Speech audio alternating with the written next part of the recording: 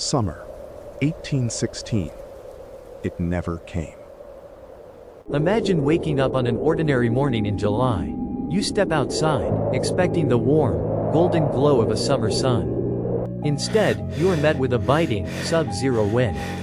The air is thick with an eerie, ash-colored fog, and a heavy blanket of white, frozen snow is piling up over your ruined harvest.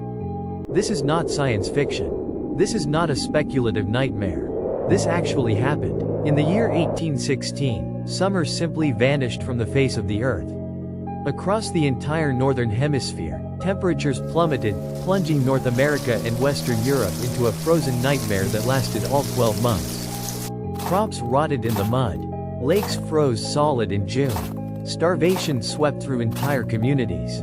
Yet for those living through it, there was no explanation, no warning. To find the culprit, we must travel halfway around the globe, into the tropical waters of the Dutch East Indies, where a sleeping giant was about to tear the sky apart. Our journey begins on the island of Sumbawa, in what is now modern-day Indonesia. Rising over 4,300 meters into the tropical sky stood Mount Tambora, a massive stratovolcano.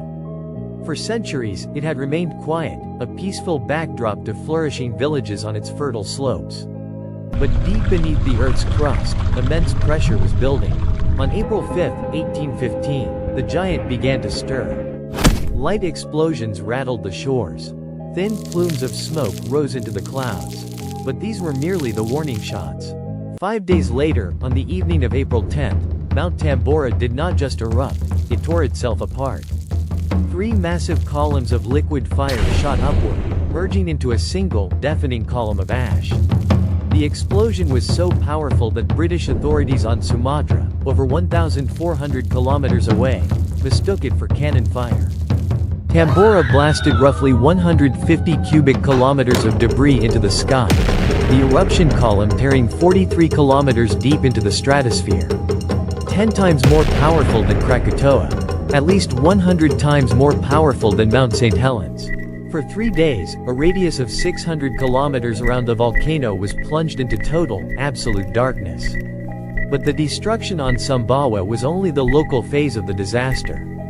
The true, global killer was invisible: 60 million tons of sulfur dioxide, injected directly into the stratosphere.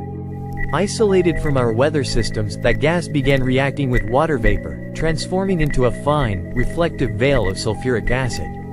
Carried by the jet stream, this veil wrapped itself around the entire planet. It acted like a mirror in the sky. Sunlight struck it, and bounced back into space. Global temperatures dropped, in some regions, by as much as 3 degrees Celsius.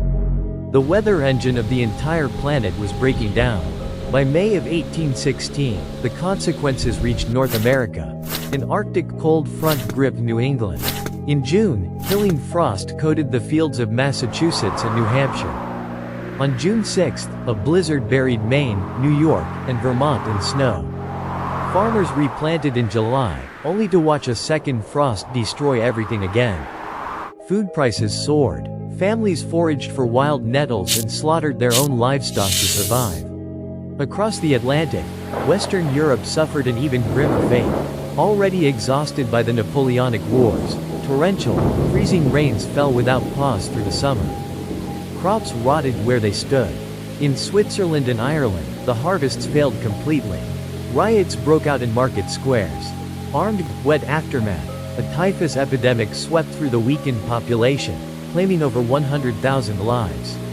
And yet, even in the depths of this crisis, human ingenuity refused to die.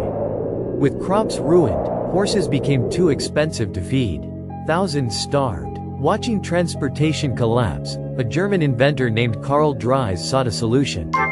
In 1817, he unveiled the Laufmaschine, the running machine. A simple, steerable, 2-wheeled device, born directly from the scarcity of that frozen year. It was the direct ancestor of the modern bicycle. That same dark summer left its mark on literature too.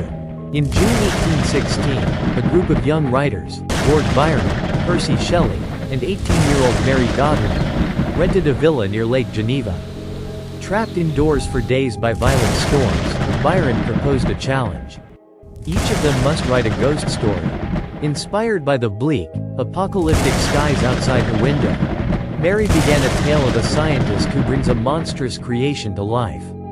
That story became Frankenstein. By 1817, the aerosol veil finally dispersed, and the sun reclaimed the sky. But that year remained etched in memory, a humbling reminder of our place in the cosmos.